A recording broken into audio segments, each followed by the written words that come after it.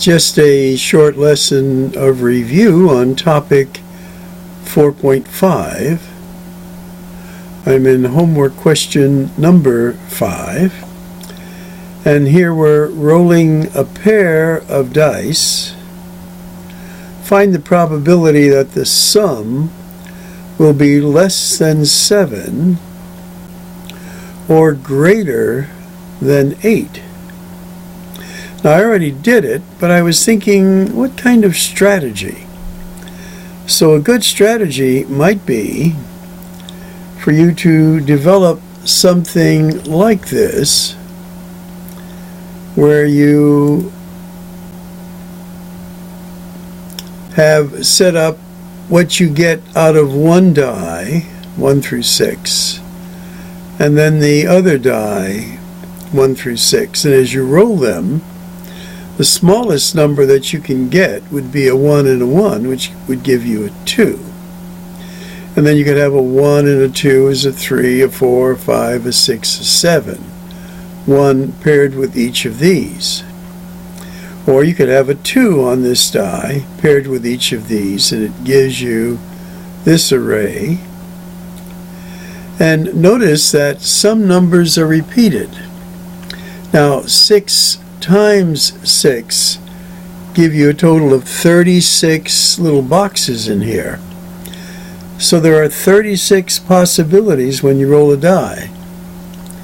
Now, that you're going to get a 2, there's only the one chance that you're going to get a 2. So 1 out of 36. That you would get a 12, that is a 6 and a 6, there's only one way to roll it. So these are the most difficult to get. A 1 and a 1 are sometimes referred to as snake eyes, and these are boxcars, 6 and 6. Anyway, I don't know much about it, but I remember that a little bit. Now, notice there are 2 ways to make a 3, 2 ways to make 11, 3 ways to make a 4,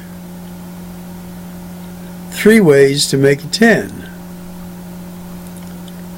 1, 2, 3, 4, 4 ways to make a 5, 4 ways to make a 9.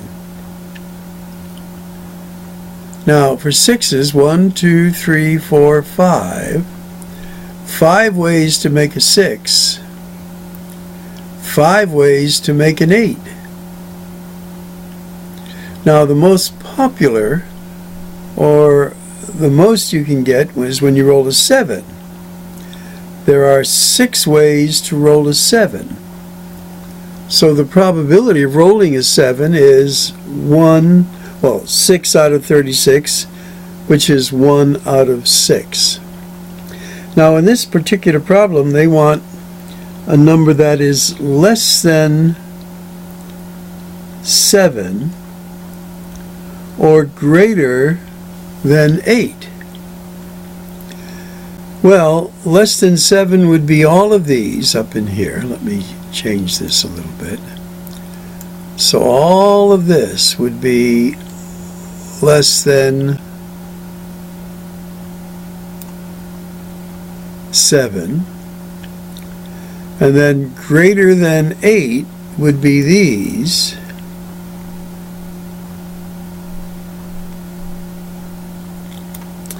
So what do you have? If you eliminate all of these and just count your ways you can get a 7, well, we said there were 6 and there were 5.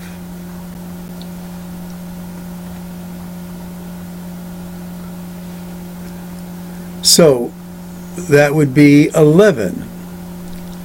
Now, if we subtract 11 from our 36 possibilities, you see that's where we get